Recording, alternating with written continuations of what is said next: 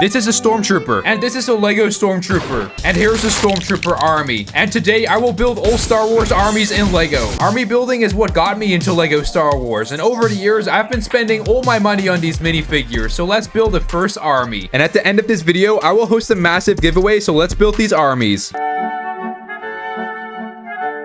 We're gonna start by building one of the most iconic Star Wars armies, the Imperial Army. So I already set up the Stormtroopers, but there's many different troopers. So after emptying the bags, I placed all the minifigures over the course of 2 hours. There's over 120 of the Shore Troopers from Rogue One, which are great minifigures, but I don't think Lord Vader will ever be joining them in the battlefield. Now that every trooper is in place, it's time to set up some vehicles, and one of the most well-known vehicles has to be the Imperial TIE Fighter. Unfortunately, I only have the big version and 2 TIE Strikers, so I bought 3 of the smaller ones from 2022 and built them simultaneously to save some time. I also got this new TIE Bomber to destroy the Rebel scum.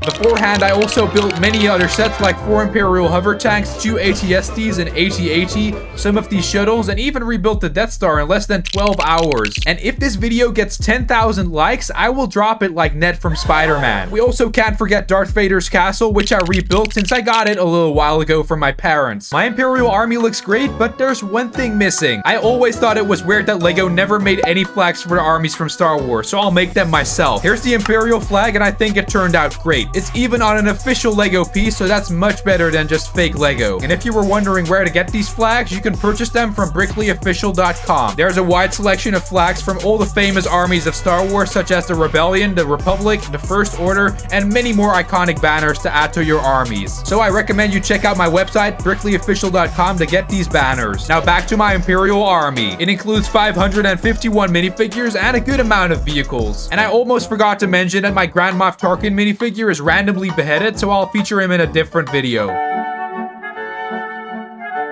The Empire needs some enemies to fight, and who other than the Rebels can do that? For this army, I'm gonna make custom Rebel troopers since I've been taking them apart to use for my Lord of the Rings build. So I grabbed all the heads, torsos, and legs, and now it's time to make some epic troopers. First up, I made some Endor soldiers with different faces, custom blasters, and one holding a thermal detonator. Next up, I made an army to invade the base of Scarif, and finally some Hoth troopers. It's time to set up this army, so I placed all the minifigures on a base plate and added some vehicles and a Hoth base. Finally, I added the banners of the Rebellion, and now the army is complete. There's many different troopers as well as the heroes from the original trilogy and Rogue One, and everything adds up to over 90 minifigures. So back when I was a kid, I saw a video from Brickvault showcasing a collection of Astromech droids, and ever since watching this, I've been wanting to build my own army. So I'm going to build an army of these world-dominating robots myself.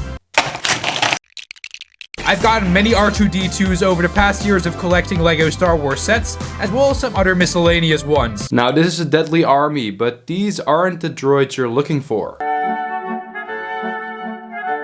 Next up, we're entering the prequel era and we'll build the adversary of the Republic, a droid army. I started by setting up my 2007 MTTs and opened them up to set up my droids. So I grabbed all the bags and equipped the droids with blasters because some of them are over 10 years old and need some support for their weak back. I set up 4 groups of 50 droids and had a couple of spare ones, so I added these to the side of the army. On top of that, I have a bunch of other droids. I got super battle droids, commando droids, Geonosian droids, and Kashyyyk droids. Additionally, I have these drivers with the blue torsos, as well as a couple of commanders, and finally some bodyguards. Surprisingly, I also have too many droidicas and even these sniper versions to nope scope some clone troopers. And afterwards, I also added 3 of these droid steps, 2 blue ones and 1 brown one. I also have not 1 but 2 of the corporate droid alliance tanks, which are really cool. Next up, I added 3 spider droids and a hellfire droid, and now it's time to add some vehicles. So I grabbed my droid carriers, armored assault tanks, this horrendous MTT from 2014, and 2 droid gunships for aerial support.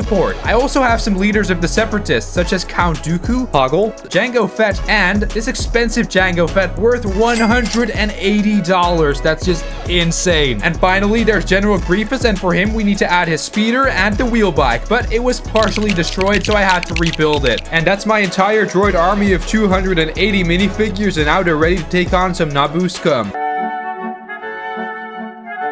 In episode 1, there's this funny battle between the droids and the Gungans, so I need to build a Gungan army. Luckily, some of my friends gifted me some sweet Gungan minifigures to build an army, and I must say, it looks pretty dope, even though I don't have any vehicles to include for this army. Anyway, let's move on to some serious stuff.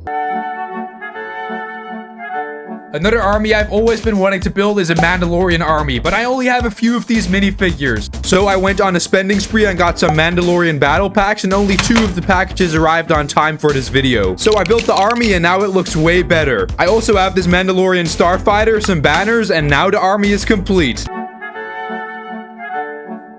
This part of the video is going to be a little annoying for some of you because the majority of people dislike the sequel trilogy. Even so, we're going to build a First Order army, and I want to recreate the scene from Starkiller Base where we see the army of many different troopers with a bunch of TIE fighters to the sides. So for this army, I have many bags filled with minifigures to crush some resistance. I really don't look forward to setting up this army. Not kidding. I have been placing minifigures for over 6 hours, and my hands are already broken, and we've got a long way to go. So I activated beast mode and quickly finished setting up the army. Okay, so it's almost 11 hours later, and the army looks insane, and you haven't even seen my vehicle collection yet. So I grabbed my TIE fighters and placed all 15 on the table. Next up, I set up my ATM-6 Walker as well as a Star Destroyer from the First Order. But I sold 3 of both of them because I had to buy more clone troopers. You know, logic, but now I kind of regret it. Even so, my army looks sick, and I can't forget the snow speeders, which had so much screen time in the movie. Really, Lego, you had to make this into a set? Then there's this abomination, and it doesn't even deserve its name mentioned in this video. This already looks much better than the original set. In the movie, we can also see these cool banners, so I made these, and now this actually looks like Starkiller Base with an army of over 1,800 First Order troopers. On top of all of this, I built Supreme Leader Snoke's throne room and added the man himself. Oh wait, this is the wrong one. Then I also added a bunch of guards since he isn't really that well guarded in the movie, and I don't want him to be cut in half again. And I almost forgot to tell you that I built Kylo Ren's TIE Fighter just to do this. We all know the Resistance from the sequel trilogy, and personally, I don't really get why Disney gave them a different name than Rebel Scum, but we're gonna build an army for them nonetheless. I'm a big fan of the bad guys in Star Wars, so therefore this army isn't that big. I have a couple of troopers, some commanders, as well as the heroes of this movie. Seeing heroes really reminds me of playing Star Wars Battlefront back in the day. How time flies. Anyway, I added some vehicles and a flag, and now the army looks great, but it's still cringy for me to own a Rose minifigure.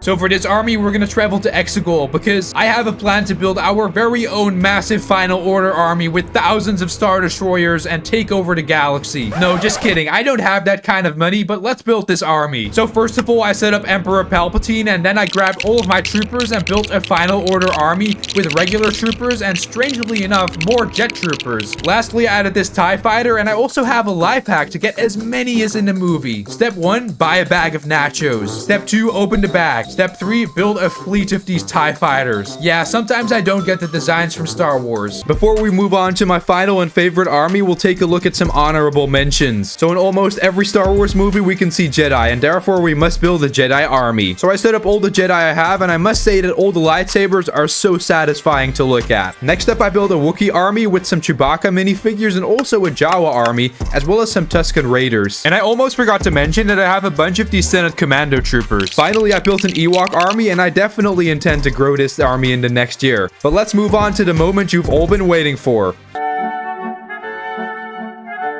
So all of you know that when it comes to clone army building, I'm the man to hit up. It's just so unfair that the Lego company itself holds the Guinness World Record for the biggest Lego Star Wars army, and I personally believe this record should be in the hands of the Lego community itself. So we're gonna take this record back into the hands of the Lego community by building the biggest Lego Star Wars clone army ever. Now, last time I set up my clone army without any vehicles, and today I want to include all of them. So we're gonna need a lot of space, but last time I had to use an extra table. Luckily, my garden is big enough for this massive army, so I grabbed all the bags and started placing the minifigures.